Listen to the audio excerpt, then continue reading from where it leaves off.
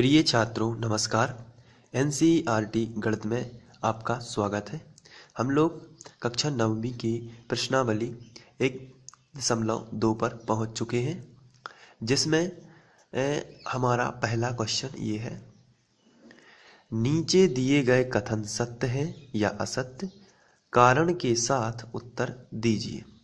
तो इन कथनों के बारे में हमें बताना है कि ये कथन सत्य हैं या असत्य।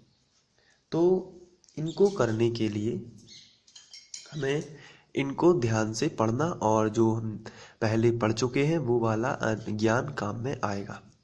पहला है, प्रत्येक अपरिमेय संख्या एक वास्तविक संख्या होती है।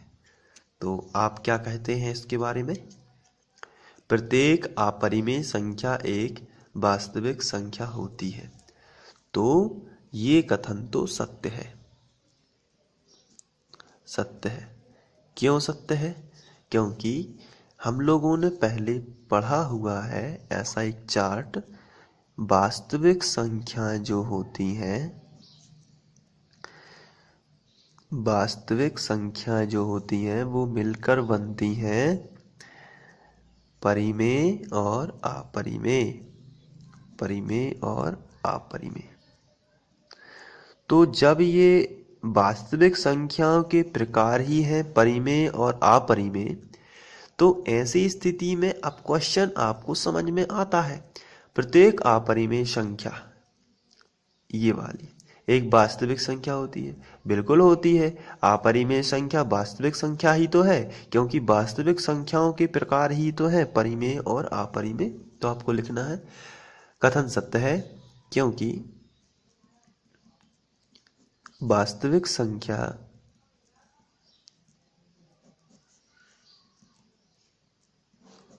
परिमेय और अपरिमेय से मिलकर बनती है। परिमेय और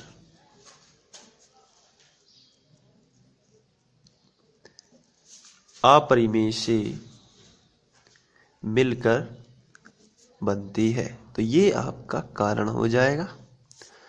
तो ये बहुत ही सिंपल है। नेक्स्ट, संख्या रेखा का प्रत्येक बिंदु, संख्या रेखा का प्रत्येक बिंदु करणी m रूप में होता है, जहां m एक प्राकृतिक संख्या है।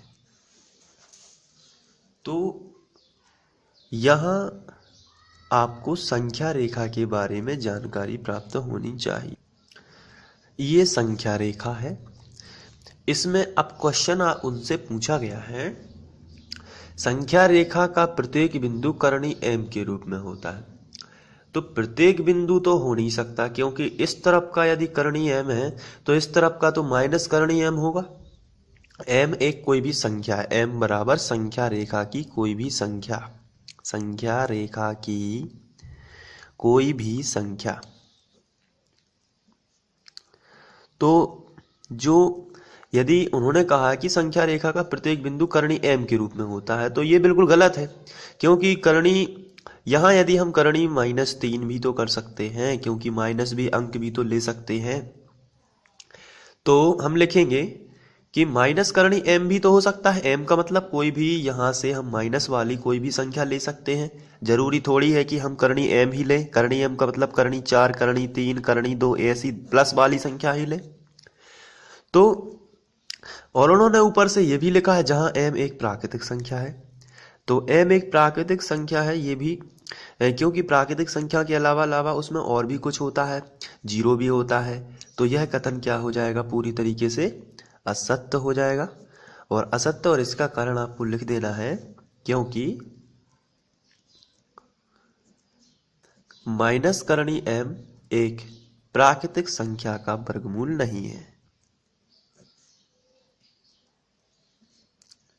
वर्गमूल नहीं है। यही आपका कारण हो जाएगा। और माइनस करणी m एक वास्तविक संख्या भी नहीं होती, तो एक वास्तविक संख्या भी नहीं है। ये आपको कारण लिख देना है। इसके बाद आगे बढ़ते हैं। प्रत्येक वास्तविक संख्या एक अपरिमेय संख्या होती है। प्रत्येक वास्तविक संख्या, तो अभी हम लोगों ने पढ़ा हुआ है कि वास्तविक संख्या जो होती है वो दो चीजों से मिलकर बनती है, परिमेय और अपरिमेय। अभी हम लोगों ने इसको पढ़ा हुआ है। अब क्वेश्चन बोल रहा है कि प्रत्येक वास्तविक संख्या ये कहलाती है, एक अपरिमेय संख्या होती है। तो बिल्कुल गलत है, क्योंकि वास्तविक संख्या अपरिमेय बस नहीं हो सकती है, परिमेय भी हो सकती है। तो प्रत्येक वास्तविक संख्या एक अपरिमेय बस हो, ऐसा हो ही नहीं सकता, वो परिमेय संख्या भी हो सकती है। तो ये कथन कैसा है? असत्य है, क्योंकि वास्तविक संख्या जो होती है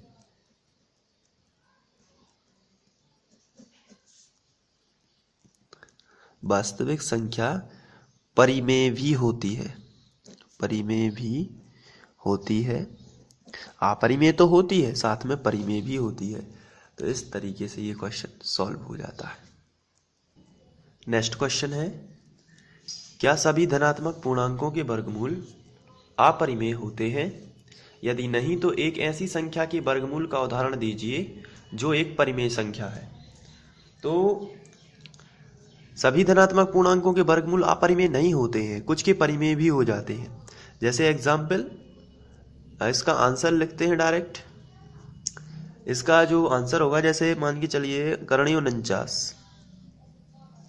करणी 49 में इसका वर्गमूल होता है 7, और 7 एक परिमेय संख्या है, क्योंकि इसके बटे में हम लोग 1 लिख सकते हैं। तो करणी 49 का जो वर्गमूल होगा वो 7, और 7 एक परिमेय संख्या है। इसका सीधा सीधा आंसर यही हो जाएगा बस। तो इस तरीके से आप इस प्रश्नावली के पहला क्वेश्चन और दूसरे क्वेश्चन को सॉल्व कर सकते हैं। अब हम लोग तीसरे क्वेश्चन की ओर बढ़ते हैं। इसके बाद तीसरा क्वेश्चन दिया गया है, संख्या रेखा पर करणी 5 को किस प्रकार निरूपित किया जा सकता है? तो इसके लिए कुछ आपको स्टेप्स देखने हैं कि किस प्रकार से हम लोग संख्या रेखा पर करणी 5 को निरूपित कर सकते हैं। सबसे पहले जैसे करणी 5 दिया है, तो करणी के भीतर, अंडर रूट के भीतर जितने भी अंक लिखे हैं वो सेंटीमीटर में आप उसको स्केल की सहायता से उतने सेंटीमीटर का, जितना करणी के भीतर लिखा है, अंडर रूट के भीतर लिखा है, उतने सेंटीमीटर का रेखाखंड खींचना है। तो कितने का रेखाखंड खींचना है? करणी 5 के भीतर, यानी करणी 5 में 5 है, तो 5 सेंटीमीटर का रेखाखंड खींचना है। तो चलिए 5 सेंटीमीटर का रेखाखंड खींचते हैं। यहाँ नीचे खींचना है, क्योंकि ऊपर पता नहीं रहता है कितने ऊपर तक जाएगा। तो 5 सेंटीमीटर ये रहा स्केल, और यहाँ 5 सेंटीमीटर का रेखाखंड खींचते हैं हम लोग। तो आपको पता ही होगा कि कैसे नापते हैं। यहाँ ये है 0, तो यहाँ बिल्कुल 0 के सामने ही रखना है एक पॉइंट, और ये है 5, तो यहाँ एक पॉइंट रख देते हैं। अब इन पॉइंट को मिला देते हैं, इससे हमारी लाइन बिल्कुल फिक्स ही आएगी। इस तरीके से मिला देना है। तो ये है रेखाखंड। इसको कुछ भी नाम दे सकते हैं आप, PQABCD। मैं यहाँ A और B नाम दूंगा। तो A, और यहाँ नाम दे देता हूँ B। ये है 5 सेंटीमीटर का। इसके बाद आपको क्या करना है कि यहाँ जो B पॉइंट है, B पॉइंट से 1 सेंटीमीटर दूर जाना है, और एक बिंदु और लेना है, लेकिन फिक्स 1 सेंटीमीटर दूर। तो यहाँ पहले तो आपको यहाँ 0 वाला जो पॉइंट दिख रहा है, ये वाला, इस बिंदु पर रख देना है ऐसे, और 1 सेंटीमीटर दूर, और फिक्स 1 सेंटीमीटर दूर जाना पड़ता है। तो यहाँ हम लोग, इसकी प्रोसेस आपको बिल्कुल ध्यान रखनी है, याद ही कर लेनी है। तो ये 1 सेंटीमीटर दूर का ये पॉइंट मैं यहाँ बना देता हूँ। तो ये 1 सेंटीमीटर और हम लोग दूर पहुँच गए हैं, और ये C है। अब ये ए बी है, ये सी है। अब परकाल की सहायता लेंगे और ए सी का मध्य बिंदु खींचेंगे। ए सी का मध्य बिंदु, ए और सी। तो ए सी का जो मध्य बिंदु खींचना है उसके लिए हमें ए सी, ये पूरी भुजा ए सी है, लेकिन इसका हमें आधे से ज़्यादा ले लेना है, आधे से ज़्यादा ये, ठीक है। इस लाइन की, ए सी लाइन का, ना कि A B, A C line का आधे से ज़्यादा लेना है और ऊपर चाप लगा देना है और नीचे चाप लगा देना है, उतना ही जितना है। आपको देखना है कि ये परकाल आपका सही होना चाहिए और जितना चाप ऊपर लगा है उतना ही चाप को नीचे लगा देना है, इस तरीके से। अब ये चाप लग गया है। आप फिर से इसको प्रोसेस को देख सकते हैं। जो ये मैंने इधर लगाया है उतना ही चाप आपको यहाँ भी लगा देना है। अब सी बिंदु पर रख के उतना ही जो नपा है उसी को यहाँ से इसको क्रॉस कर देना है और यहाँ से इसको भी क्रॉस कर देना है। तो आप समझ गए होंगे क्रॉस करना है। और यदि क्रॉस आपके नहीं भी करते हैं तो आप पहले वाले चाप को वहाँ से थोड़ा सा बढ़ा देते हैं, इस तरीके से, तो वो क्रॉस हो जाते हैं। अब जिस भी पॉइंट पर ये क्रॉस किए हैं वहाँ आपको मिला देना है, ऐसा।